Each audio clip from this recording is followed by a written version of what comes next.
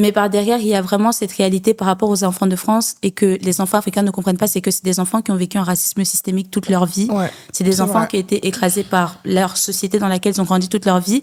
Et même quand les étudiants, en fait, africains arrivent et qu'ils débarquent en France, ils sont directement dans des cadres, en fait, internationaux. Je n'incite pas à ce que les créateurs de contenu deviennent tous les mêmes ou bien on va tous parler de politique, pas du tout.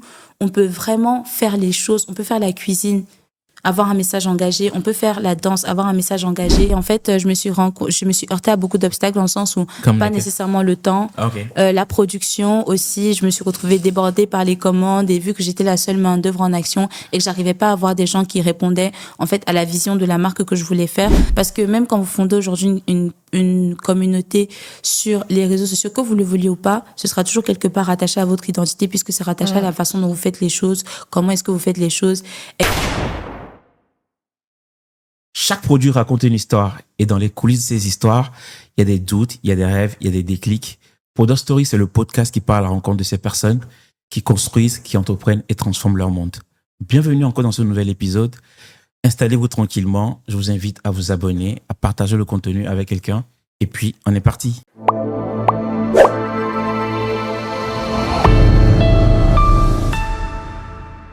Hello. Salut. Vous allez bien? On va très bien. Et toi? Ça va. En tout cas, je suis très content déjà de vous avoir. Très content d'animer. Je sais qu'on aura une très belle discussion aujourd'hui, donc c'est pour ça que je suis déjà très content. Sinon, comment vous allez? Pas trop fatigué? Anaël. Ouais, je vais Il y a bien. Anaël qui a fait le voyage. Comment Directement arrivé là. Oui. Écoutez, c'est ça la vie, hein, la vie d'artiste, comme on dit. La vie d'artiste. Ok. Mais en tout cas, bienvenue. Merci. Bienvenue. Et voilà, il faut juste te présenter aux gens qui te découvrent pour la première fois. Eh bien, bonjour tout le monde, ou bonsoir, dépendamment à l'heure à laquelle vous allez regarder l'émission. Je m'appelle Anaël, je suis camerounaise, je suis une jeune étudiante en double cursus. Et voilà, je fais plein d'autres activités en parallèle que je pense qu'on va un petit peu décortiquer. Ça marche. Et du coup, je suis avec toujours Anaïs, la doublette. C'est ça, co-host de qualité, hein, voilà. Et je pense qu'on va avoir une discussion assez intéressante pour découvrir un peu les univers. Exactement. Et d'ailleurs, pour la petite anecdote, en fait, on t'a découvert avec Afro Art. Oui. C'est ça.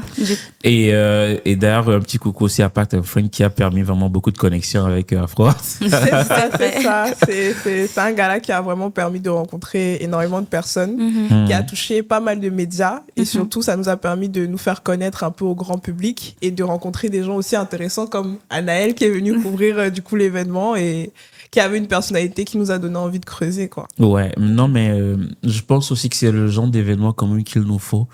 Tu vois, parce que je trouve en fait que parfois, il y a pas mal de gens dans les écoles en France qui sont un peu déconnectés, qui sont un peu dans leur monde. Et le fait de faire ce genre d'événement, en fait, reconnecte un tout petit peu. Et je crois que non, je suis totalement, en tout cas, ouvert à ce genre d'initiative, moi. Et d'ailleurs, même, je pense que s'il n'y avait pas eu Afro, peut-être qu'on n'aurait jamais collaboré ensemble. Enfin, avec Anaïs, je veux dire. Oui, c'est la petite histoire qu'on va raconter, hein, parce qu'à la base, moi, je faisais partie du projet Afro Art, du coup, avec l'association. Ouais. Et on était tout feu, tout flamme pour organiser le premier gala afro, du coup, de HEC. Et en fait, on a rencontré Patrick comme ça. Parce qu'il a commencé à collaborer avec nous pour toute la partie communication. D'ailleurs, un big up à la partie communication de Afro parce que c'était quelque chose. Je pense que pour le coup, la communication a fonctionné. Ben ouais. Et c'est là-bas qu'on s'est rencontrés et que j'ai rejoint le podcast. Tout simplement. Exactement. La partie com, effectivement, il y a quoi? Il y a Laurence, il y a Eunice. Big up à Laurence, voilà. Big up à Eunice, big up à Alexandra, big up à Audrey. On va faire beaucoup de big up. Donc, disons big up à Pact and Friends en général. Voilà. Bon, en tout cas, on n'est pas là pour ça. Sinon, Anaël, comment ça se passe? Du coup, là, tu viens direct de La Belgique. De la Belgique. T'es belge? Oui. Mais faut nous dire. Oui, je suis belge. Ok. Et camerounaise aussi. Et camerounaise aussi, voilà. Mais disons que la vie fait en sorte que la plupart de mes activités se retrouvent être hors de la capitale d'Europe. Donc plutôt à Paris ici. Et comment voilà. ça se fait? Il paraît que ça bouge plus à Paris. Ça bouge un peu plus à Paris. Bon. Qu'à Bruxelles, c'est ça? Oui. Elle a dit. Elle a déjà dit. J'ai pas envie de manquer de respect aux Bruxellois, donc je vais me taire seulement, je vais pas donner, je vais pas dire ce que je pense. Je pense beaucoup d'activités culturelles qui, effectivement, les pans pour lesquels je penche un peu plus se trouvent ici à Paris. Ouais. À Bruxelles, vous avez des choses aussi, mais je pense que c'est un peu plus lié à un monde très eurocentré, si on peut dire ça comme ça. Donc voilà. Est-ce que c'est pas aussi parce que tu es beaucoup plus francophone? Parce que j'ai l'impression qu'à Belgique, il y a beaucoup de parties. Il y a la partie un peu plus, comment on appelle, flamande. Oui. Il y a une partie allemande aussi, non? Oui, allemande aussi. Et française. Oui, française, du coup. Donc, je me dis peut-être que, est-ce que ça se passe pas plus de ce côté-là que la partie moi, je viens de la capitale. Donc, toutes les activités, la plupart du temps, sont regroupées là-bas. Mais comme j'ai dit encore une fois, Paris, c'est une très grande ville comparée à Bruxelles. Donc, même si Bruxelles reste la capitale européenne, Paris, c'est quand même une ville où on va avoir énormément de cultures qui vont se regrouper. Et vu que moi, c'est un peu plus mon dada en général, on va dire. Je participe aussi à des trucs sur Bruxelles, mais bon, de manière assez générale, voilà, je suis un peu un pigeon voyageur parce que ici, c'est un peu plus... Donc, du coup, tu es là vraiment pour couvrir un événement. Exactement. Dans le cadre d'un média, c'est ça, ou c'est à titre personnel? Dans le cadre d'un média. Donc, faut savoir que parmi les activités parallèles au cours, je fais de la création de contenu et je suis également présentatrice chez Habari Média. Je couvre généralement la rubrique culturelle qui va non seulement reprendre en fait les histoires, qu'elles soient contemporaines ou bien passées, couvrant l'Afrique en général, même si c'est un média camerounais, mais il est quand même ouvert à tous. Okay. Et je vais aussi couvrir des événements culturels tels que je l'avais fait pour HEC Paris ou encore ce week-end pour le Mboa à Paris. Voilà. D'accord. Et du coup, comment ça a commencé l'aventure de Habari Média? Alors, très surprenant parce que moi, je crée du contenu. J'ai deux comptes, en fait. J'ai un compte qui parle vraiment de moi autour de l'Afrique parce que mon identité africaine, c'est plus que ma valeur sûre, c'est vraiment ma pierre, en fait. C'est vraiment ce sur quoi je base toute ma vie, on peut dire. Et puis, j'ai un deuxième compte assez centré sur la diaspora. Mais je fais aussi également de live, en fait, sur la culture, sur la politique. Et au cours d'un live, en fait, je rencontre quelqu'un qui est très intéressé par mon profil, qui trouve que j'ai les compétences nécessaires, justement, pour faire dans les rubriques médiatiques. Et donc, c'est comme ça un peu que ça se passe. La personne me contacte et finalement, je me retrouve à travailler pour Habari. Ok. Ah, c'est très intéressant. Tu veux dire un truc? Oui, en fait, c'est là qu'on se rend compte que finalement, les opportunités, c'est vraiment une question d'action. En fait, c'est parce que tu as fait quelque chose qu'on t'a repéré et qu'on s'est dit, en fait, cette fille, j'ai envie qu'elle vienne travailler pour mon média, quoi. Exactement. Et c'est un peu à contre-courant de tout ce qu'on voit sur les réseaux sociaux. C'est-à-dire que vous avez cette tendance où sur les réseaux, on va vous dire, lancez-vous, vous allez gagner des collaborations, des partenariats, etc. Pour ma part, je sors un peu du canevas. Ça fait plus ou moins 2 ans que j'ai une vraie présence sur les réseaux sociaux. J'ai un compte de 20 000 abonnés, mais je m'absentais des fois. Et j'ai vraiment compris qu'en fait, c'est en continuant à poster mon contenu et en restant authentique, en fait, que je pouvais toucher les gens par qui j'étais intéressée. Donc, je suis très sérieuse en vous disant que vous n'aurez pas forcément des collaborations payantes, etc. Par contre, votre carnet d'adresses sera rempli. Et je pense que je suis le témoignage vivant de ça aujourd'hui. Donc, voilà. Non, mais c'est intéressant ce que tu dis. Et donc, tu as quel poste chez Habari Média? Présentatrice, voilà, je suis responsable de la rubrique culture et effectivement quand je me déplace pour des événements culturels comme ça, je vais représenter le média, je vais aussi tourner un peu tout ce qui est écrire le script aussi, tourner les plans, etc. Et c'est vraiment quelque chose qui me plaît, donc voilà. Ouais, et du coup, il y a une autre question qui me vient en tête. Oui.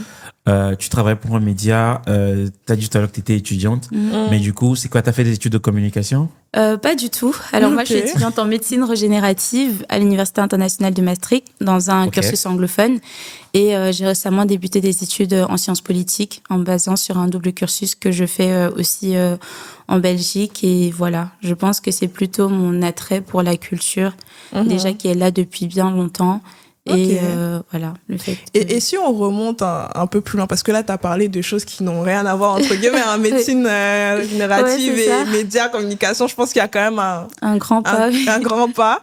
Mais du coup, quand toi, tu étais petite, qu'est-ce qui t'animait au départ, avant même de te lancer dans le cursus scolaire et de te retrouver en médecine? Moi, ce qui m'a toujours animée, c'est vraiment pouvoir aider les gens. Vraiment, je me rappelle, moi, je suis née au Cameroun. J'ai grandi une petite partie de ma vie là-bas, jusque quand j'étais très petite. Et je me rappelle, mon émission favorite quand j'étais petite, c'était Urgence, une émission camerounaise avec, franchement, les pathologies que vous pouvez rencontrer à l'intérieur sont très difficiles à regarder, mais pour une raison quelconque. Pour moi, c'était une façon de me dire qu'en fait, il y a des gens, en fait, en dehors de mon monde qui existent. Et ça me passionnait tout simplement de voir ces gens-là, d'aider ces gens. Mais sinon, oui, la médecine, ça a toujours été mon premier amour. Okay. Et puis, en fait, quand j'arrive ici et que je commence les cours, etc., mes profs de français me font très vite comprendre que j'ai une bonne éloquence. Et donc, ils travaillent ça aussi un peu avec moi. J'ai travaillé sur beaucoup de slam. J'ai eu même le concours d'éloquence de ma dernière année de bac. Okay. J'ai eu le prix. Donc, voilà. C'est des petits trucs comme ça qui m'ont mené un peu... Ok. À ce chemin-là. Donc, et il y a un truc aussi, en fait, chez Habari Media, comment est-ce que vous vous attaquez généralement aux événements? C'est comment est-ce que vous avez à avoir les contacts ou même les opportunités? Alors, je pense ou toi personnellement en plus. Oui, ça dépend un peu. Si on parle vraiment du média, ça va vraiment être au niveau de la personne qui le dirige. C'est une personne qui a énormément de contacts et qui a travaillé pendant pas mal de temps dans l'audiovisuel et qui le fait encore. Donc, il y a énormément de contacts avec ce monde-là. Donc, c'est pas très difficile en fait d'avoir accès aux médias. Maintenant, pour les événements, pour HEC, c'est quelque chose que je découvre à 3 jours de l'événement et je me dis tiens, ce serait super intéressant. Je sais que je vais à Lumbo à Paris, mais j'ai besoin de m'exercer avant, je veux réaliser un reportage de moi-même et là je prends les devants, j'harcèle et je bombarde HEC, Pacte and Friend de messages sur Instagram parce que je trouve pas de mail, mais en fait quand vous voulez quelque chose faut y aller quoi, vous voyez ce que je veux dire, faut l'essayer par tous les moyens. Et même à un moment, si Anaïs, je pense que si elle regarde bien, elle a un petit message TikTok de ma part que j'ai associé à sa collègue et que j'essaie de leur faire comprendre par tous les moyens que j'aimerais venir avec mon média pour vraiment couvrir l'événement, etc. Et voilà. Et finalement, le fait que ça se soit bien passé et que même HEC Paris, au début, j'avais dit à mes collaborateurs, non, les taguez pas, ils vont jamais reposter ça, etc. Ils l'ont quand même reposté. Ah, ça m'a fait super plaisir. Je me suis dit, c'est faisable, en fait. Ouais, en fait, il faut aller au culot, quoi. Exactement. Ouais. Enfin, je crois que le seul truc que vous puissiez recevoir, c'est un non. Et on n'y perd rien, en vrai. Ouais. Donc, je suis d'accord avec toi. Et moi, il y a un truc quand même qui m'intéresse, c'est que sur tes réseaux, tu as une parole quand même assez engagée. Tu parles vraiment de sujets où c'est des sujets identitaires. Du peuple. Voilà, et tout. D'où ça devient ça, en fait? Ouais, en vrai. Je pense que c'est un très long chemin, j'ai envie de dire, de déconstruction. C'est beaucoup de choses, parce que je pense que j'ai une dualité qui me concerne et dont je parlerai toujours, c'est que je suis une enfant de l'Afrique. Moi, je suis née dans l'Afrique en miniature. J'ai grandi, mon éducation est très rattachée à toutes mes valeurs, qu'elles soient familiales, citoyennes, etc. Et puis, j'arrive ici en étant très jeune, je découvre un monde que je ne connais pas. Et finalement, je dois grandir, en fait. Et j'arrive, en fait, à comprendre qu'il y a une dualité entre mon identité africaine et mon identité européenne, ce que je connaissais au pays. J'arrive, c'est complètement différent. Et de là, démarre complètement un travail de déconstruction. D'abord, un moment où je me perds dans la société européenne, je n'arrive pas à trouver ma place. Puis, arrive, en fait, 2019, c'est vraiment une période où on a l'émergence du panafricanisme, quelque part, sur les réseaux sociaux. Et comme je dis toujours, pour moi, les réseaux sociaux, c'est un game changer. Aujourd'hui, on peut tellement l'insulter, mais c'est ça qui permet, en fait, toutes les connexions que vous voyez de nos jours. Et ça m'a vraiment permis, en fait, de me rattacher à cette identité culturelle africaine que j'étais en train de perdre, justement. Et même quand j'arrive là, je suis pas satisfaite. Je creuse encore plus. Faut savoir que j'ai toujours eu un grand intérêt pour les interactions humaines, mais je savais pas que ça s'appelait la sociologie, pour la géopolitique, etc. Et donc, je commence à me déconstruire. Je comprends beaucoup de choses. Les réseaux sociaux, notamment TikTok, m'apprennent beaucoup parce que c'est des formats que j'utilise vraiment pour élargir mes connaissances. Et vraiment, oui, un gros travail de déconstruction s'ensuit. Mes discours méritocratiques, mes discours capitalistes, beaucoup de choses. Capitaliste. Oui, c'est... Voilà. Quand tu parles de discours méritocratique, est-ce que tu veux dire que tu penses que dans la vie, on n'est pas tous des méritants? On se fait pas tout seul. Okay. Déjà, on se fait pas tout seul. Je pense que les gens, de manière assez générale, on doit avoir une très grosse distinction entre le mérite individuel et savoir si notre système dans lequel on vit aujourd'hui est basé sur le mérite. Parce que je pense que si les gens le regardent, ils peuvent s'en rendre compte que si la méritocratie existait, ça veut dire que vos mamans africaines auraient été vos premiers modèles économiques de réussite. Si ce n'est pas le cas, pour moi, ça veut déjà dire beaucoup de choses. Et oui, on a notre mérite individuel. Il y a vraiment des gens qui se battent, qui travaillent fort pour certaines choses, mais il ne faut pas oublier que quand une personne se bat, il y a 10 000 autres personnes qui se battent aussi en même temps, mais qui n'arriveront jamais au même résultat. Et donc, comprendre qu'il y a une combinaison de facteurs, être là au bon moment. Déjà, par exemple, si vous arrivez en Europe, avoir la capacité de se déplacer, parce qu'on va rappeler que voilà, c'est pas les plus pauvres de l'Afrique qui viennent ici, c'est les classes moyennes en Afrique, les classes bourgeoises. Donc, voilà, c'est tout ça. Ok. Ouais, non, mais enfin, il y a beaucoup d'informations que tu viens de donner. Donc, tu penses en fait qu'il y a beaucoup qui ont un discours où ils ont été aidés ou bien ils ont eu des opportunités, mais après ils réécrivent l'histoire, c'est ça? Exactement. En fait, ça se joue au fait qu'il y a peut-être un certain ego, mais je ne vais pas nécessairement m'avancer dessus, sur le fait qu'on ne reconnaisse pas en fait ces privilèges, parce que à la fin de la journée, c'est ça. Hein, la vie, elle est inégalitaire, si on peut dire, parce qu'il y en a qui naissent handicapés, etc. Mais à la fin de la journée, nous sommes dans une société. Ça veut dire que c'est construit, ça veut dire que les gens ont des opportunités que d'autres n'ont pas. Et c'est pas toujours normal, en fait. C'est vraiment pas toujours normal, normalement, pour pouvoir juger, en fait, parce que c'est ça que je reproche à la méritocratie, c'est qu'elle va venir juger sans prendre toutes les bases en compte. Et c'est ce qu'on se rend compte. La réalité, ouais. Oui, voilà, la réalité du truc, c'est que je ne peux pas aujourd'hui, moi, à la place que je suis, être étudiante, etc., aller voir une autre personne dans ma tranche d'âge et lui dire non, mais tu fous rien de ta vie, pourquoi est-ce que tu te contentes que de faire l'école, etc., alors que peut-être elle n'a pas les mêmes clés d'accès que moi. Donc, voilà. Ouais, je pense qu'il y a beaucoup de dimensions à explorer sur la question de toute façon. Et du coup, ça m'amène à une autre question, parce qu'il y a toujours aussi une comparaison qui est faite entre les enfants de la diaspora qui ont grandi en France et les enfants africains qui débarquent du continent. Exactement. Et il y a toujours un peu justement cette question de méritocratie qui revient un peu sur la table, où il y a beaucoup de personnes qui peuvent considérer que c'est beaucoup plus difficile de trouver des clés d'accès quand on est directement en France et qu'on doit grandir, que pour des étudiants africains qui débarquent de leur continent et qui finalement ont peut-être eu des facilités par rapport à un certain nombre de choses. Donc toi, c'est quoi ton avis par rapport à la question? Je pense qu'il faut être très sincère sur la question et se regarder eyes dans les eyes. Eyes dans eyes. Vraiment, pour se dire que nécessairement, il y a une grosse différence entre ceux qui sont venus en étant très jeunes ou bien qui ont grandi dans des milieux européens et ceux qui débarquent en fait après avoir eu une expérience en Afrique.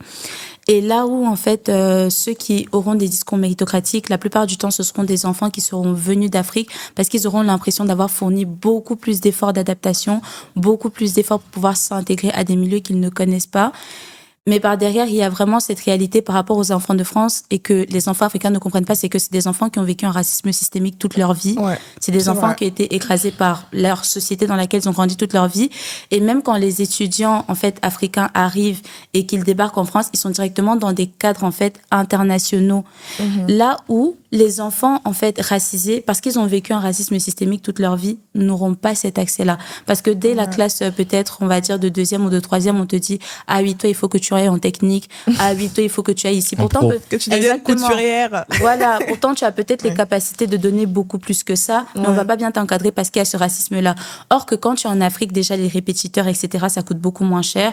Donc, c'est très courant de voir, en fait, des enfants qui ont plusieurs répétiteurs. Exactement. Même, voilà, pour vraiment les mettre à jour dans les matières. Lorsqu'ils arrivent ici, ils ont une très bonne connaissance du français, etc. Tout ça, c'est des clés qu'on n'a pas en France. Et c'est des réalités qu'on oublie de regarder parce qu'on se dit, ah, l'Europe, c'est le paradis, etc. Donc, Non, je suis d'accord avec toi. En fait, avant, j'avais pas j'avais pas cette vision de la chose. Et quand j'ai voulu aller un peu plus en profondeur et en lisant aussi, je me suis rendu compte que c'est un gros phénomène sociologique. Et même, ça dépend surtout aussi beaucoup même de l'environnement dans lequel tu vis, les écoles auxquelles tu as accès, les quartiers dans lesquels tu as grandi. Exactement. Et je suis d'accord avec toi. Ouais. Mais tu vois, j'ai pas forcément envie qu'on s'étale sur ça, mais on s'en sort comment?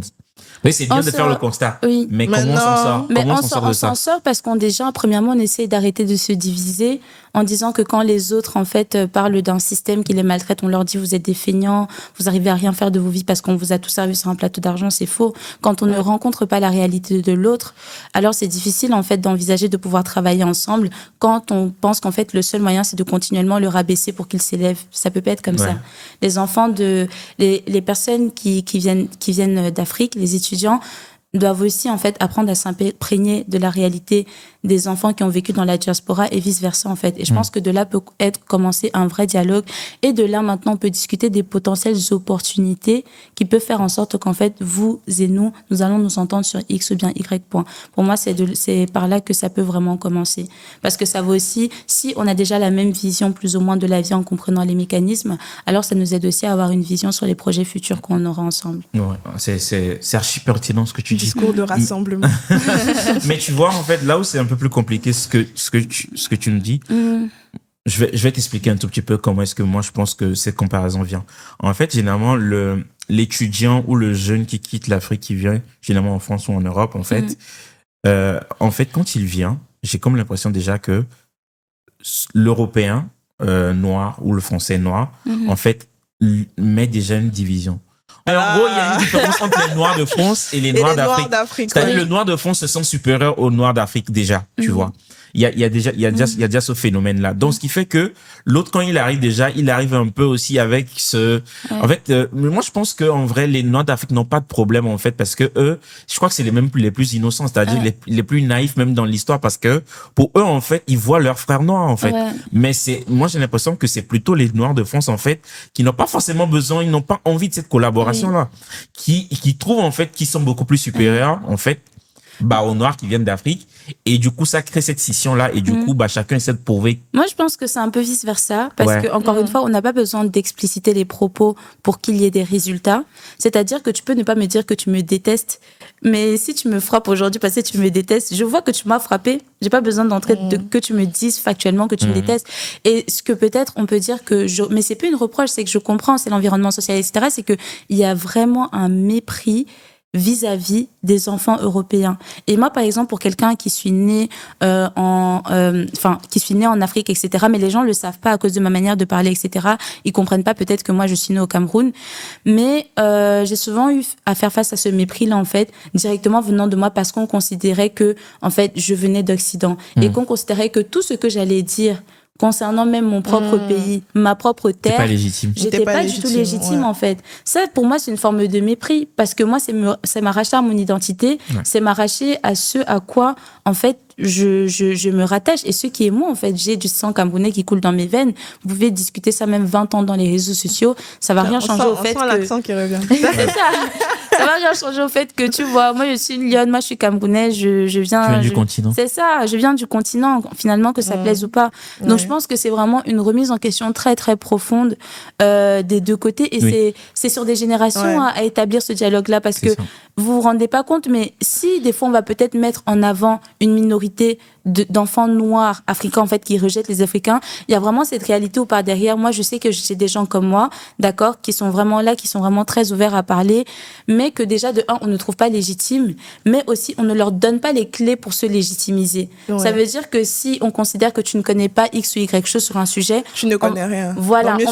On va même pas seulement, ça me dérange pas en soi. Bon, Socrate disait, je sais que je ne sais rien. Donc, c'est pas un problème la remise en question, mais c'est pour que je me remette en question, donne-moi les clés, donne-moi les informations, parle-moi de ton parcours, parle-moi de ce que tu connais et ne m'insulte pas juste pour m'insulter, tu vois. Ça permet d'enchaîner du coup sur une autre question, parce que c'est vrai que tu prends beaucoup position sur des sujets identitaires. Moi, personnellement, je trouve ça bien. Mais c'est quoi les retours qui sont faits par rapport à ça, positifs, négatifs? Parce que quand on ouvre sa bouche, surtout sur ce genre de sujet, en général, il y a des retours de flammes, quoi. Alors, je pense que ça dépend vraiment de l'information que je véhicule. Comme j'ai dit, il y a des informations qui rassemblent. Je sais que, par exemple, si je parle de la question de la crise anglophone au Cameroun ou bien d'autres types de conflits en Afrique, les gens se sentent justement rassemblés par rapport à ça. Effectivement, j'aurai toujours 1 ou 2 commentaires qui vont me dire « Ah, mais non, t'as pas la bonne version, etc. » et qui vont refuser de me donner la bonne version. Donc, je passe à côté de ça. Mais sinon, en général, il y a vraiment des sujets qui rassemblent. Et puis, il y a finalement d'autres sujets clivants quand tu parles, par exemple, du fait que nous-mêmes, en tant que population, on ne doit pas juste indexer le gouvernement, mais on doit se mettre en marche nous-mêmes. Bien sûr que, tu vois, tu auras des gens qui te disent « Ah, toi encore l'enfant de l'Europe, si tu es venu parler dans nos choses. » Je pense que c'est aussi des gens qui ont envie aussi de faire preuve de mauvaise foi. Parce que c'est toujours plus facile d'accuser autrui que de regarder ses propres échecs. Et on pense justement, parce que c'est ça, il y a vraiment quelque chose, c'est que et j'aimerais vraiment souligner ça parce que c'est important, c'est de plus en plus, on fait preuve de paresse intellectuelle, de refuser en fait de vouloir nuancer les choses. C'est pas gris, c'est pas blanc, c'est pas monté, c'est descendu. Vous devez vous asseoir, analyser des situations, et peu importe la situation qui se pose à vous, il faut en fait se décentraliser quelque part pour adopter une posture où on peut réellement évaluer ce qui se passe. Peut-être que oui, les gouvernements, les sociétés, etc., c'est pas bon, mais nous-mêmes, en regardant nos mentalités, il y a beaucoup de problèmes sociaux en fait qui se passent et nous ne sommes pas capables d'agir régulièrement. Les violences qui sont faites à l'encontre des femmes, les sujets comme l'excision, etc. Est-ce que nous, en tant que société, on prend part à ces mouvements-là? Non plus. Alors qu'en soi, ce ne sont pas des problèmes directement liés à la politique d'en haut qui mériteraient qu'on se mette en danger. On ne prend pas des positions dessus. Non, mais ok. Donc, tu penses que c'est que des personnes en fait d'ici qui trouvent que tu n'es pas légitime, ou bien il y a aussi, enfin, je veux dire des personnes d'Afrique plutôt, ou bien il y a même des gens en Europe aussi qui laissent aussi des commentaires négatifs? En général, pas trop. Quand je vais m'appuyer sur les personnes en Europe, leur problème, c'est quand on parle de nous, en fait. De nous dans la diaspora. Ils veulent pas forcément qu'on parle de nous, c'est ça? Oui, en fait, et c'est surtout que, bon, on va pas se mentir, hein, de manière assez générale, le divertissement. On n'est pas ici pour t'écouter, raconter ce que tu nous racontes là. Divertis-nous, en fait. En fait, on veut te limiter, enfin, te réduire plutôt. Exactement, oui. Dans une case. Et je pense que déjà la société européenne, occidentale nous a déjà réduit à ça, mais que nous-mêmes, on continue dans ça. Mais en fait, ça me dérange même pas parce que tu vois, moi, je suis plus une classiste. Tu vois, moi, je suis vraiment le genre de personne qui pense si mon enfant a envie d'être pâtissier, soit pâtissier, j'ai pas de souci. Mais vraiment, et la valeur pour ce que tu fais, mettre de l'amour, de l'excellence, en fait, dans ce que tu fais, etc. Et vraiment le goût du travail bien fait. Donc, je suis pas classiste, en fait, dans ce sens-là. Donc, même si quelqu'un me dit aujourd'hui qu'il a envie d'être humoriste, qu'il a envie de se divertir, pour moi, ce sont toutes des formes d'expression qui sont acceptables en société et que tout le monde devrait écouter. Parce que par l'humour, vous l'avez déjà vu, plein d'humoristes, en fait, font passer des messages, etc. Donc, chacun a sa manière de faire les choses. C'est pas ça qui me dérange. C'est quand on dit qu'en fait, il y a qu'une seule manière de faire les choses. Et moi, c'est ça qui me pose problème. Tu vois, on refuse, en fait, la pluralité des individus dans les communautés noires. Donc, on veut t'arracher ta liberté, en fait. Et même, je veux même encore rebondir un peu sur, quand tu parlais un peu de cette union, en fait, qu'il faut développer entre Noirs qui viennent du continent africain et Noirs qui ont grandi ou qui sont nés ici. Moi, c'est un peu ce que je cherche aussi, en fait, à faire avec ce podcast. C'est-à-dire démocratiser l'information. C'est-à-dire que, tu vois, moi, j'ai rencontré, par exemple, des Noirs qui sont nés en France ici, qui ne sont même pas au courant des écoles de commerce qu'il y a en France. Exactement. C'est-à-dire les écoles du top, tu vois, et les voies d'accès, comment est-ce qu'on passe les concours. Tu vois, toute cette partie orientation, vu qu'ils n'ont pas peut-être eu au collège et au lycée. Donc, finalement, ils sont vraiment déconnectés de ces choses-là. Et généralement, tu vas voir que même les choix qu'ils feront plus tard, c'est parce qu'ils n'ont pas l'information. Donc, tu vois, moi, et je suis tellement d'accord avec toi, je trouve en fait qu'il n'y a pas qu'une seule voie pour réussir. Exactement. Et tu vois, et je trouve en fait que ce que tu dis, c'est super intéressant. On devrait plus travailler comme ça, tu vois. Travailler beaucoup plus à démocratiser aussi l'information, nous entraider par rapport aux voies de réussite qu'il y en a beaucoup. Après, je sais pas que c'est forcément dans les écoles de commerce ou d'ingé, hein. Il y a plein de voies, en fait. Mais il faut qu'on en parle, il faut qu'on démocratise l'information. Et c'est surtout aussi pour ça que, tu vois, il y a ce podcast. Et moi, ça me touche que t'en parles, en fait, en vrai. Ça me touche que t'en parles parce qu'en fait, au moins, je pense que toi, t'as été un peu aussi victime du système. T'as vu comment est-ce que ça se passe. De l'intérieur, Et voilà, et tu vois vraiment que c'est vers ça où il faut aller. Et moi, je trouve que voilà, l'heure n'est pas à la division, il faudrait qu'on s'entraide. Exactement. Faut vraiment qu'on s'entraide. Comme on dit, je me rappelle quand j'avais eu l'occasion justement d'aller à HEC, j'avais un peu entendu Fif Tobassi puisque j'ai eu l'occasion de l'interviewer. Donc, le cofondateur de Bouscapé. Oui, voilà. Ouais. Et il m'a dit, en fait, bon, entièrement d'accord avec les discours, mais je vais dire ça doucement. Mais c'est sur quoi j'étais d'accord, parce que je trouve que c'est aussi important de quand même revenir sur ces choses-là. C'est vraiment, on peut s'organiser. On a la possibilité de s'organiser. Il faut arrêter en tant qu'Africain d'être dans un certain fatalisme, de penser que tout est noir. Voilà, même pas tout est bon. Là, tu vois, ça sent mon côté street revient un peu. Comme on dit, tout est niqué en fait. Tout n'est pas niqué. Tu vois, il y a vraiment moyen de s'organiser. Les dés sont pipés. Je crois que c'est ce qu'on dit souvent. Exactement, voilà. Voilà. Les dés ne sont pas du tout pipés. Quand les dés sont pipés, c'est parce que, en fait, on refuse à la base de comprendre les règles du jeu, parce qu'on ne s'interroge pas sur les mécanismes, en fait, qui régissent notre société. Et comme on ne veut pas les comprendre, parce que ça fait très mal à la tête, ça fait mal au cerveau, ça fait mal au cœur, parce que on se rend compte que finalement, même si je réussis, le problème, c'est que je ne permettrai pas à d'autres qui sont comme moi, des enfants qui vont grandir comme moi, d'avoir les mêmes possibilités. Tu vois, ça fait mal un peu de se rendre compte de cette réalité-là et de dire qu'en fait, on va pas penser dans un certain individualisme.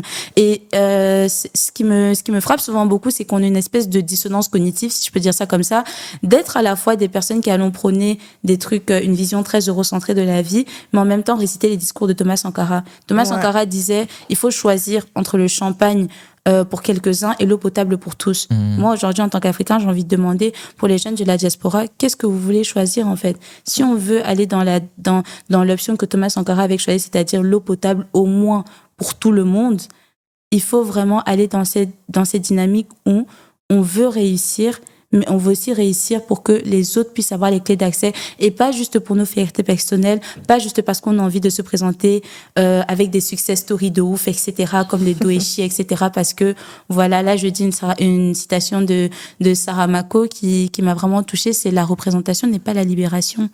Le fait qu'on soit représenté dans les espaces publics ne signifie pas que les peuples noirs sont libérés. Tout à fait. Je pense que c'est une réalité encore à comprendre. Et c'est aussi ce qu'on essaye de faire un peu au travers de Nana Ben, c'est qu'on a créé une association, une sororité noire, la première sororité noire de Maastricht. Et cette sororité-là, justement, elle est là déjà, comme on dit, to share the untold story. Donc, c'est vraiment pour partager les histoires non connues de l'Afrique, notamment celles des Nana Benz, qui sont les premières femmes milliardaires d'Afrique, et vraiment voir en fait comment est-ce qu'on peut. Tu sais qu'elles sont togolaises, donc? Oui, elles sont togolaises. Ah oui. Il voulait la placer. Non, pas forcément. N'est-ce pas? Tu sais quoi? Je sais qu'elle est dans les sororités, mais je savais pas que ça avait un lien. Nana Ben Sorority. Oui, voilà. C'est la sororité des Nana Benz. Donc, on recrée complètement tout le concept. Voilà, ça vient du Togo. 28 femmes, 8 membres à la tête, entre parenthèses, et 20 femmes qui sont des autres membres. Et notre but, en fait, à long terme, ce serait vraiment de pouvoir de nouveau établir ce lien-là avec Vlisco, qui sont en fait les créateurs du wax hollandais, qui ont longtemps eu en fait une histoire controversée. Moi, pendant longtemps, j'ai refusé de porter le wax, je pense, de 2019 à 2025, très sincèrement, parce que je me disais non, c'est trop controversé là-bas, ça nous appartient même pas. Parce que vous voyez, moi, ça m'énerve qu'on vive dans une Afrique dénaturée, en fait. Donc, s'il y a des petits actes de protestation comme ça au quotidien que personne ne remarque que je vais poser, je vais quand même poser. Donc, j'ai un seul vêtement wax et bon, c'était un cadeau. Donc, maintenant, j'ai décidé de reporter. Pourquoi? Parce que cette histoire-là, ça permet de voir comment quelqu'un peut venir avec son produit en Afrique. Mais parce que si toi, tu sais le remanier, si toi, tu sais te le réapproprier, alors tu en as les pleins droits dessus. Et c'est ce qu'ont fait les Nana Benz. Elles ont pris le wax hollandais qui est à la base indonésien, on le rappelle, et vraiment, elles en ont fait une identité africaine, créer des motifs, s'associer avec Vlisco pour créer des motifs pour qu'ils puissent le distribuer à la population, elles-mêmes venir le distribuer en utilisant le commerce des mamans qu'on connaît, etc. Et ça a vraiment... voilà, c'est vraiment la réappropriation. C'est comme l'histoire du Kabo au Cameroun aussi. Oui. Vous voyez, donc à la base, c'est des trucs pour couvrir le corps des femmes, pour les censurer, etc. Les femmes camerounaises se sont réappropriées et c'est devenu un élément central de notre culture. Donc voilà, c'est ce que Nana Bez vise à faire, aider justement, servir un peu d'orientation pour toutes ces personnes-là qui arrivent un peu d'autre part, qui arrivent à Maastricht, qui sont des jeunes femmes noires, qui vont aussi partager des ouvrages, aussi montrer aux autres de Maastricht, un peu comme Pact and Friend, d'où l'on vient, ce que l'on a apporté et comment nous aussi on vit. Parce que je pense qu'on a trop longtemps, nous les Africains, appris comment les autres vivaient, sans toutefois que eux ne s'interrogent sur nous alors que nous sommes dans les mêmes milieux. Mais je pense qu'il y a une vraie question de réappropriation, comme tu le dis, parce que je sais pas pourquoi les Africains en général, ils aiment crier aux gens qui sont venus voler, etc. Je dis pas que c'est pas le cas, hein. Vraiment. On est tous conscients qu'on a été spoilés, qu'on nous a volé des choses, etc. Mais à un moment donné, pour que les choses changent, il faut qu'on entre dans le game, en fait. Il faut qu'on commence à se dire qu'en fait, tout le monde copie tout le monde. Donc, à un moment donné, est-ce qu'on a décidé d'être du côté de ceux qui vont se réapproprier les choses, prendre en main leur réalité et essayer d'avancer avec ça? Ou est-ce qu'on va toujours être ceux qui vont se plaindre, qui vont se dire que non, on nous a spoilé, il faut qu'on nous rembourse et tout, après, moi, sans rien faire d'autre? Moi, voilà, c'est ça, en fait. Moi, je sais un peu, voilà, parce que généralement, je reçois ce genre de commentaires. Les Noirs se plaignent tout le temps. Ok, mais il y a se plaindre et se plaindre, tu vois. Moi, je peux très bien me plaindre et c'est une remarque souvent que j'ai eue. On me dit que oui, tu dis ci et ça sur les réseaux sociaux, mais on a l'impression que quand on entre dans ta vraie vie, tu fais beaucoup d'activités, tu construis un réseau, etc. Donc, tu es un peu en parallèle avec ce que je dis. Et je dis non, justement. Parce que, en fait, se plaindre et dire qu'en fait, il y a des problèmes internes à gérer ne veut pas dire qu'on ne doit pas s'organiser, ne veut pas dire qu'en fait, on ne doit pas pousser le système. Non, c'est bouger le système par nous et pour nous et bouger les mécanismes aussi du système pour que quand nous nous ne soyons plus là, tu vois. Il y a encore des portes ouvertes. Exactement. Et c'est ça le soft power. Et c'est ça c'est l'un des magnifiques pouvoirs qu'on a en Afrique et qu'on n'a pas compris. Et je pense qu'aujourd'hui, un des pays qui le comprend le mieux, et ça va vous sembler hyper bête, mais c'est la Côte d'Ivoire. C'est qu'aujourd'hui, ils arrivent à expatrier. Aujourd'hui, on a inscrit des mots Nushi dans un dictionnaire français, sans jaillir. C'est dingue quand même. Il y a tellement. Non, il y a Go. Oui, voilà. Go, en vrai, ça vient de la Côte d'Ivoire. Exactement. Bon. Ça vient pas de la coupe. Tu vois, il y a des Camerounais ici, donc non, mon frère, on va se calmer. Non, en fait, bon, on va pas rentrer dans ça. Oui, on peut pas rentrer dans ça. Mais il y a eu beaucoup de. On va pas n'exagérons pas. C'est ça. Ah là là, non mais documentez-vous, ça vient pas du Cameroun. Bon, ok, d'accord. Soyez les meilleurs, comme on dit. Mais nous sommes les meilleurs. Nous sommes les meilleurs. Est-ce qu'on a encore des débats de ça? Discuter ça, c'est plus des débats, ça, tu vois. Ouais. Ah, c'est plus des débats.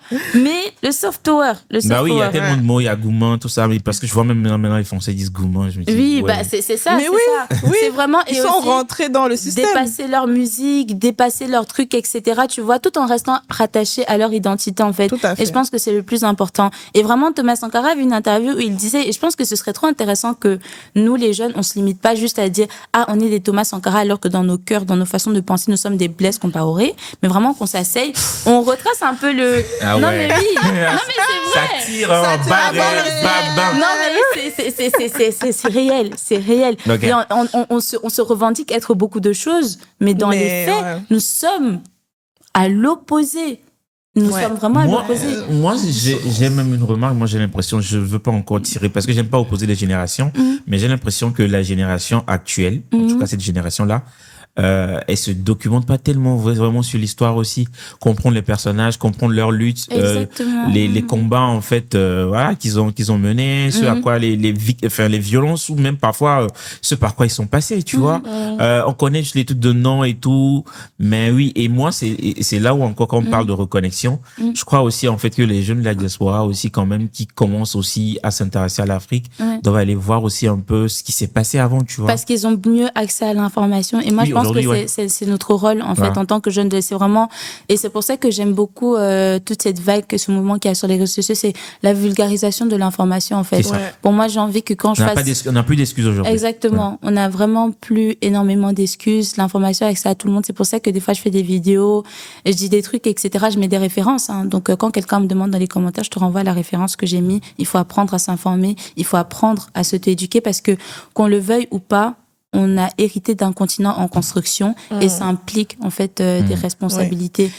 Et bon, on pourrait se poser la question, ah, mais vous voyez, les enfants blancs, ils ont pas eu de responsabilités, pourquoi c'est nous, on doit être responsables? Ils ont mené la révolution.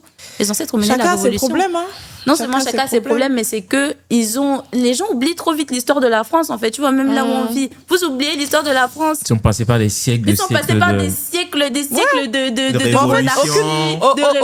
Aucun État, aucun pays n'est passé par une phase de dissonance. Mais est-ce que c'est une excuse pour dire que parce que les autres ont pris beaucoup plus de temps, nous aussi on ferait beaucoup plus de temps? Ah non, c'est pas du tout. Nous, justement, ce que je dis, c'est juste que on doit connaître en fait la société dans laquelle on vit et justement qu'on le veuille ou pas, tu vois. Et ça, c'est pas de notre bonne volonté. Il y a un moment où nous, on doit comprendre que systématiquement, je dis dans le système, nous sommes quelque part considérés en bas de l'échelle. Ce que les autres font là-bas en haut et que vous pensez que ça ne vous concerne pas, ça vous concerne d'une manière ou d'une autre. Et c'est un message que j'ai envie de faire passer et qui va pas forcément plaire. Et c'est une très très longue discussion. Je vous mens pas, on peut pas résumer ça en un truc, mais c'est que par exemple, quand j'entends des personnes afro dire que oui, mais non, on s'occupe pas de la Palestine parce que tu vois, c'est pas nos people, etc. C'est que ce qui est marrant, c'est que vous allez sur les pages de ces personnes-là, ils peuvent parler de absolument tout. Ils te parleront pas du génocide au Congo, pas de ce qui se passe au Soudan, pas des crises majeures en fait qui concernent leur personne. Parce que justement, si vous n'arrivez pas à vous mobiliser par rapport à des crises humanitaires, on peut toujours dire que ce sont que nos people, tu vois. Je suis camerounaise, je suis francophone. Alors ça veut dire quoi? Je m'occupe pas des anglophones qui sont en train d'aller de leur côté en fait, ou bien des trucs comme ça. Donc il faut vraiment déjà pour moi avoir un peu ce désir de l'humanité, comme on va dire. Et plus encore, faut aller plus loin, c'est que si même vous n'avez pas ce désir quelque chose que je comprends tout à fait, et vous n'avez pas envie d'être considéré comme les bénévoles, commencer à chercher les liens et commencer à relier les histoires. Il y a des articles hyper intéressants, From Congo to Gaza, qui vous expliquent pourquoi est-ce que les mêmes personnes qui foutent n'importe quoi en Palestine sont en train de le faire au Congo aujourd'hui. Exactement. Mais parce qu'on vous présente les choses sous une différente forme, vous n'arrivez pas à les comprendre. Mais personne ne viendra vous l'expliquer à votre place. C'est pas leur but, ils sont là pour ramasser leurs minerais et puis c'est tout en fait. Donc il y a vraiment un moment où il faut vraiment plonger dans les mécanismes et comprendre que parce que nous sommes en bas, de toute façon, il y a toujours une interconnexion, tu vois, parce entre que le bas et le haut. le bas et le haut, mais parce que nous sommes en bas, forcément, ce qu'ils font en haut là, ça nous Sans concerne. impact et tout. Et ça parce que ça nous impacte en fait. Mais ça m'amène justement à une question, qu'on a un peu résumée finalement dans la discussion. Est-ce que tu penses qu'un créateur de contenu a une nécessité à être engagé ou pas? Moi, je pense que oui. Et j'ai un militant écologiste à qui je pense, mais je me souviens plus très bien de son nom malheureusement. Il disait qu'en fait, c'est problématique qu'on parle du mot engagé parce que finalement, on se rend compte que engagé, c'est une posture qu'on ne considère pas comme référentielle, alors que dans la société où nous vivons, surtout quand tu es noir, pauvre, femme, tout ce que tu veux. Trop de problèmes. Trop de problèmes, avec tellement de problèmes. Comment ne pas te sentir engagé? Comment ne pas te sentir concerné, en fait, quand tout impacte, tu vois? If you're a white guy, you know, and if you're rich, you know, if you're Elon Musk, whatever you do, people will always like find a media and they will say, oh, he's autistic, he have those kind of problems. Il a fait un salut nazi. He's a rich guy. Tout le monde est resté calme. Voilà, tu vois, parce que lui, il est tout en haut. Toi, par contre, essaye même seulement, tu vois. Celui qui a giflé Macron, il était blanc. En fait. Ça aurait été quelqu'un d'autre, bon. On va pas rentrer. That's only what I'm saying. That's only what I'm saying. Donc, à partir de certains moments, il faut comprendre que, voilà, il y a cette responsabilité. Et surtout que pour moi, les créateurs de contenu ont une responsabilité vis-à-vis de l'audience qu'ils touchent. Et je pense que quand tu comprends aujourd'hui que, par exemple, les utilisateurs en France, par exemple, d'un réseau comme TikTok où tout va très vite, plus de 72,7% des utilisateurs ont moins de 24 ans. Et dans ces moins de 24 ans-là, vous allez effectivement trouver une grosse tranche d'enfants de 13, 15 ans. Bah, il faut comprendre que ce que tu dis, comme je dis toujours, c'est le résultat qui va être là, qui va être indicatrice du travail que tu fournis. Tu vois, tu peux dire oui, allez pas l'harceler, allez pas faire ci, etc. Si à la fin les gens vont l'harceler, ça veut dire que il y a quelque chose dans ton message, il faut le changer, il faut passer l'information autrement, il faut se remettre en question. Et comme j'ai dit, je n'incite pas à ce que les créateurs de contenu deviennent tous les mêmes ou bien on va tous parler de politique, pas du tout. On peut vraiment faire les choses, on peut faire la cuisine, avoir un message engagé, on peut faire la danse, avoir un message engagé. Tout à fait. Et tout ce genre de choses. Et voilà, c'est tout ce que je pense. Parce que justement, je repense à une vidéo TikTok sur laquelle j'étais tombée chez une créatrice de contenu qui disait qu'en fait, aujourd'hui, on veut beaucoup entrer dans la vulgarisation de la création de contenu où tout le monde a le droit de venir faire un peu ce qu'il veut, juste venez et faites ce que vous voulez sans prendre en compte les conséquences, etc. Amusez-vous, etc. Et en fait, elle revenait sur un discours très important à mon sens, c'est que c'est pas un jeu. Ouais, c'est pas un jeu. Ce que tu mets sur les réseaux sociaux va rester sur les réseaux sociaux. On va se souvenir de toi par rapport à ça. Donc, en fait, il faut faire attention dans les discours à essayer de conscientiser les gens par rapport à ce qu'ils font, en fait. Et comme je dis, ça revient à tout ce que nous sommes, hein, au final. C'est que les personnes, en fait, n'ont rien d'autre. Les personnes comme nous n'ont rien d'autre que leur culture pour pouvoir combattre ce monde, si on veut. Pour pouvoir combattre ce système, on n'a plus grand-chose qui nous reste, en fait. Parce que même quand vous fondez aujourd'hui une communauté sur les réseaux sociaux, que vous le vouliez ou pas, ce sera toujours quelque part rattaché à votre identité, puisque c'est rattaché à la façon dont vous faites les choses, comment est-ce que vous faites les choses, etc., à vos codes sociaux, comment est-ce que vous avez grandi. Donc, il y a que notre culture, en fait, aujourd'hui, qui vraiment, qui nous donne une voix, que ce soit par notre musique, que ce soit par plein de choses, en fait. Et le pire, c'est que beaucoup l'ont compris avant nous, ils nous ont volé. Le rock, le jazz, tout ça, ça appartenait, en fait, à des personnes noires qui ont pris des instruments jetés par les populations blanches et qui les ont en fait réutilisés pour en faire des sonorités complètement crazy, comme on peut dire. Et ça a tellement eu du succès qu'eux, ils l'ont récupéré. Le problème, c'est que nous, en tant que personnes des bas groupes, on comprend pas que c'est tellement quelque chose d'important qu'il faut tellement s'approprier et refuser que les gens nous le volent et que c'est surtout un moyen de se faire de l'argent parce que c'est très honnête, voilà. Économiquement, voilà. Voilà, tu vois, on est dans une société capitaliste. Donc, même si on est anticapitaliste, on est obligé d'utiliser les outils. L'outil, là, c'est quoi? C'est l'argent. La culture, ça rapporte énormément d'argent. Donc, à un moment donné... Mais après, à la culture, je pense quand même que... Bon, il y a deux discours. Ce que je veux dire, en fait, c'est que je crois qu'on est quand même assez présent au niveau de la culture, mais économiquement, on ne bénéficie pas de la culture. Oui, Justement. parce que justement, on le prend pas comme un moyen justement de machin. Quand je parle, par exemple, des gens et que je leur dis, oui, ben, l'appropriation culturelle, je me rappelle, c'est une vidéo qui m'a fait tellement mal à la tête pendant 3 semaines.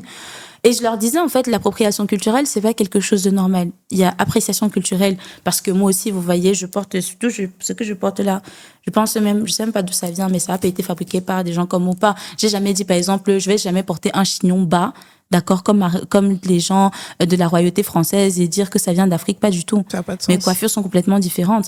Mais c'est un élément identitaire, en fait, pour la France. Et c'est ça que j'utilise parce que tu vas retrouver que ces choses-là sont dans le patrimoine de l'UNESCO. Tu vas retrouver aujourd'hui que ces gens-là vont faire du tourisme par rapport à ça. Oui, des musées, etc. Voilà. Payants d'ailleurs, ou pas. Exactement. Or, nous, aujourd'hui, les plus jeunes, on est dans l'incapacité justement de revendiquer tout ce genre de choses. Et vous vous rendez compte, par exemple, que ce n'est que beaucoup de jeunes vous diront, ils savent pas, par exemple, que la Finlande a rendu les dernières œuvres qui étaient recherchées pour, je pense, c'était le Bénin, et qui a eu la semaine de l'Afrique à l'UNESCO, etc. Donc, c'est des trucs qui se rendent pas compte, mais pourtant, ça a des réels appuis économiques. Mais comme on s'intéresse pas à ça, en fait, et qu'on s'intéresse juste au divertissement pour divertir, on voit pas aussi la notion économique. 4200 € la robe de Dior.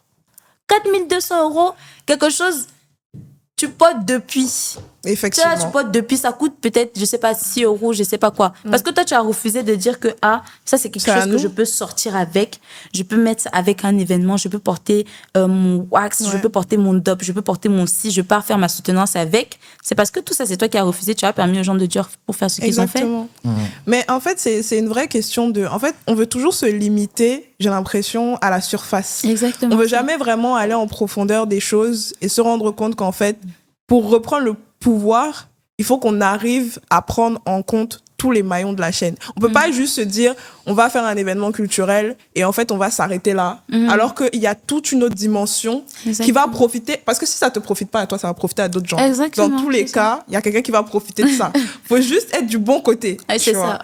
Donc, c'est une vraie problématique, je trouve, en Afrique. Non, mais c'est vrai. Et même s'il faut même prendre l'exemple, je sais pas quoi, de la musique, on n'a même pas d'industrie musicale dans nos pays. C'est compliqué. Vraiment une vraie économie. Bon, bref, on peut rester en parler toute la journée. Hein. Mais tu parlais tout à l'heure, bon, il y a 2 choses. Sororité, généralement, moi j'ai vu des expériences où ça se passe parfois mal à la fin. Il y a toujours des trucs où ça se passe mal. Mais particulièrement, j'ai comme l'impression en fait que il y a parfois beaucoup d'ego. Et généralement, comment ça se passe toi dans ta... Alors, c'est une nouvelle sororité et je pense que tout dépend à moi des personnes que vous engagez, les motivations. Est-ce que, pour moi, le problème qui arrive en fait dans les sororités, après, j'ai jamais été dans une sororité, juste comme ça, vous savez, parce que j'en ai pas trouvé une qui me ressemblait, raison pour laquelle on en a créé une. Voilà, faut savoir prendre les devants dans la vie. Voilà, c'est plus en fait la vision qu'on a de la sororité. Nous, on sait que c'est très très différent de toutes les sororités qu'on va trouver parce que it's more than sisterhood in action. It's actually seeing an economic and financial point on it. Donc nous, on veut vraiment en fait redécouvrir l'histoire du wax hollandais et vraiment le reconnecter en fait, par exemple, aux descendants des Nana Benz qui sont les nanettes aujourd'hui au Togo. Et c'est vraiment quelque chose qu'on a envie de construire, qu'on construit pas juste en fait pour que ça reste dans l'enclos de l'université, mais que ça puisse vraiment grandir parce que on est dans la logique de study to benefit the community. Donc voilà. Ok. Et t'avais lancé aussi un truc comme ça, non? Je crois que c'est Handmade. Oui, Héritier Handmade. And that's a point. That's the point about this whole podcast. Is that actually you can have opportunity. Vous pouvez saisir des opportunités. Vous pouvez être créatif, mais n'oubliez pas, vous allez toujours avoir des échecs. Pour moi, Héritier Handmade, c'est une marque de crochet que j'ai faite. Moi, je suis très dans le feu de l'action. Et en fait, je me suis heurtée à beaucoup d'obstacles dans le sens où pas nécessairement le temps, la production aussi. Je me suis retrouvée débordée par les commandes et vu que j'étais la seule main d'œuvre en action et que j'arrivais pas à avoir des gens qui répondaient en fait à la vision de la marque que je voulais faire, ça m'a causé pas mal de soucis et finalement j'ai laissé. Mais je pense que c'est un mal pour un bien parce que ça me permet d'être où je suis aujourd'hui. C'est un temps que j'utilisais pour ça. Je sais pas si ça reviendra ou bien si ça ne reviendra pas. Mais dans tous les cas, ça m'a vraiment forgé une expérience. Certes, j'ai perdu de l'argent, j'en ai aussi gagné.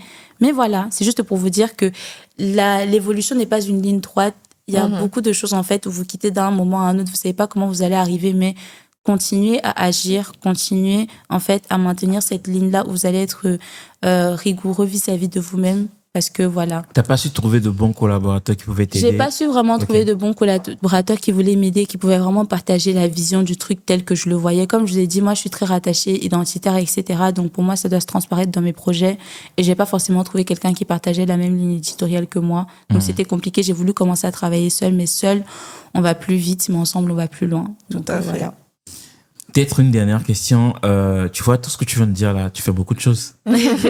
Comment tu y arrives en vrai? Comment tu Il y a 24 heures dans une journée. Ok. Il n'y a pas de secret. Il y a J'aime vraiment beaucoup cette réponse. Il y a vraiment 24 Non, mais c'est vrai. Il y a vraiment 24 Bah, je sais pas, peut-être t'as un conseil à donner pour quelqu'un qui aimerait au moins optimiser son temps. Optimiser son temps, je commencerai par comprendre que vraiment il y a 24 heures dans une journée. 1 heure, c'est 60 minutes. Quand vous regardez votre temps, vous voyez les secondes passer lentement. Donc avoir déjà conscience du temps. Deuxièmement, vous pouvez utiliser des différentes méthodes comme le 8x8x8, donc 8 x 3. Donc 8 heures de sommeil, 8 heures à consacrer à sa famille, à ses amis, 8 heures pour étudier ou pour le boulot. Et à partir de là, maintenant, vous pouvez rabibocher sur votre temps. Et vraiment, ça, c'est un conseil qui m'aurait aidé. Ne vous bloquez pas au fait que vous n'allez pas être productif, mais essayez vraiment de faire des choses, en fait, qui font du sens pour vous. Parce que c'est de cette façon-là que vous allez accorder du temps à cela, si on peut dire ça comme ça. Et voilà. Et... Moi, ce que je peux rajouter, en fait, aussi, ça sert à rien aussi de faire beaucoup de choses. Oui. Faut faire peu de choses pour ouais. un peu plus de résultats et d'impact. Exactement, oui. Donc, ça aussi, c'est important. Il faut vraiment essayer de, concentrer son temps, sur des trucs bien précis. Et ça, je pense que oui, on l'apprend tous les jours. C'est pas bien de suivre plusieurs gazelles en même temps. On a là à attraper aucune. Après, on est différent. Il y a des personnes qui arrivent à attraper. Oui, beaucoup de gazelles. Peut-être qu'ils en perdent certaines, mais ils arrivent à rattraper en termes. Voilà. Oui. Et je pense que c'est mon cas. Moi, j'ai perdu beaucoup de potes, par exemple, quand j'ai vu que j'allais pas être prise pour les flammes, etc. Je me suis enjaillée, non, mais c'est machin. Et par derrière, voir que j'ai quand même été recontactée par la collaboratrice, ça m'a fait plaisir parce que elle avait quand même vu mon travail. Et je me dis qu'en fait, je suis quelqu'un qui manque énormément d'opportunités. C'est-à-dire qu'il y a beaucoup de choses qui se présentent à moi, mais je peux pas répondre à toutes présentes. Mais c'est parce que je crée aussi beaucoup d'opportunités.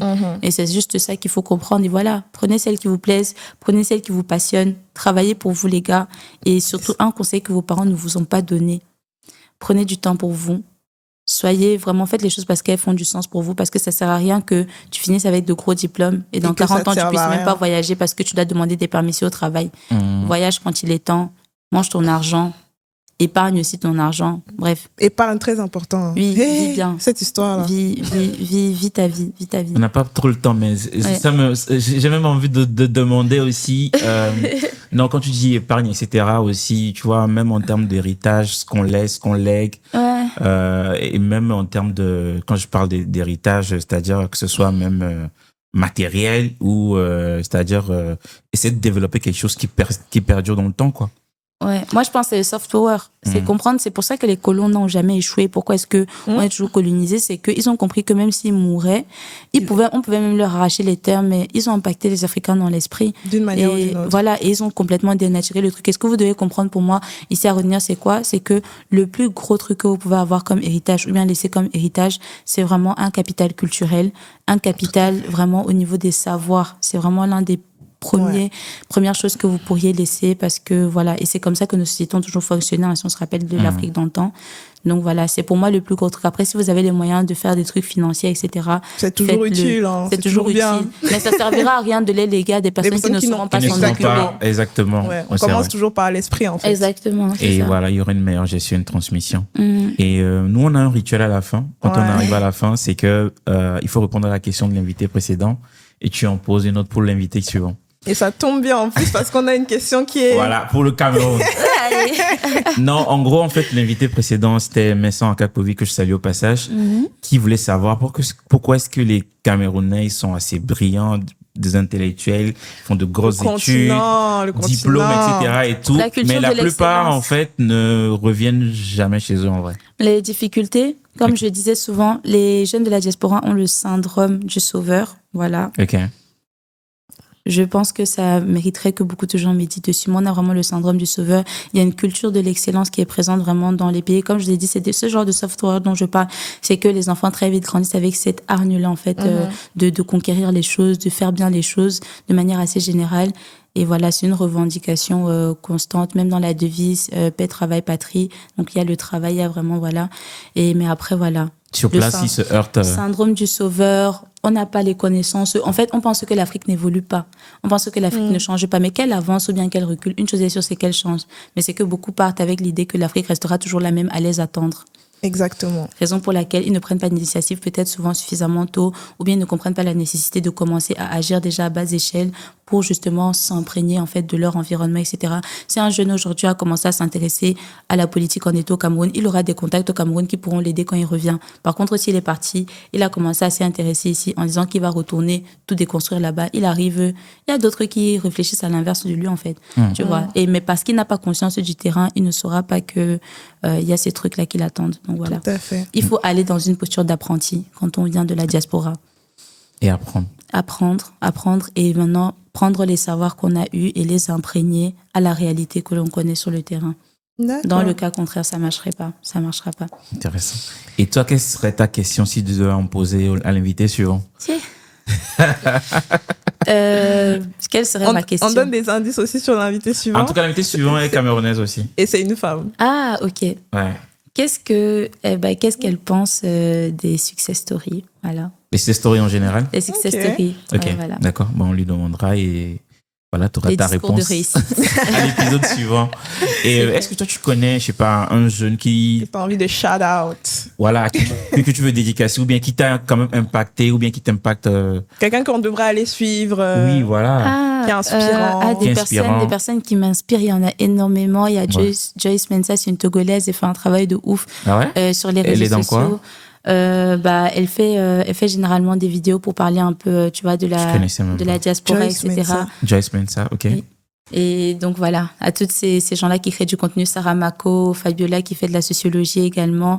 Et si je pourrais dire aux Camerounais, hein, à Barry Media aussi, mon équipe média, big up à vous, Solomon, Robin, Fortune, Kevin, Beretta. Dédicace. On vous embrasse. On passe notre embrasse temps à tous. dédicace ici, hein, franchement. Et il y a mon papa aussi, shout out to him, et à ma famille, à ma maman, à mes frères. En tout cas, on salue toute la famille. On leur passe le coucou. On leur passe le coucou à tout le monde. Voilà. Oui, vraiment, vous C'est avez chez bien nous. travaillé. Hein, vous avez bien travaillé. En tout cas, merci à toi. Merci. Moi, j'ai envie de te souhaiter vraiment du meilleur pour la suite, pour ton double diplôme et voilà, Pour les continue. médias, tout ce que tu Pour fais. les médias, parce que, l'entrepreneuriat, c'est tout ça. ça. En tout cas, Exactement. Beaucoup de succès. c'est affaire à suivre, comme on dit. Affaire à suivre, effectivement. Merci beaucoup. Voilà. Bon, en tout cas, merci à vous qui nous avez suivis. Épisode vraiment très passionnant. Voilà, on a envie de vous connaître aussi votre avis aussi dans les commentaires parce que je trouve en fait que les avis peuvent être divergents. Donc c'est ça aussi la richesse du débat, qu'on puisse aussi discuter, échanger. Donc merci de nous avoir suivis et moi je vous dis tout simplement à la prochaine. Ciao. Ciao.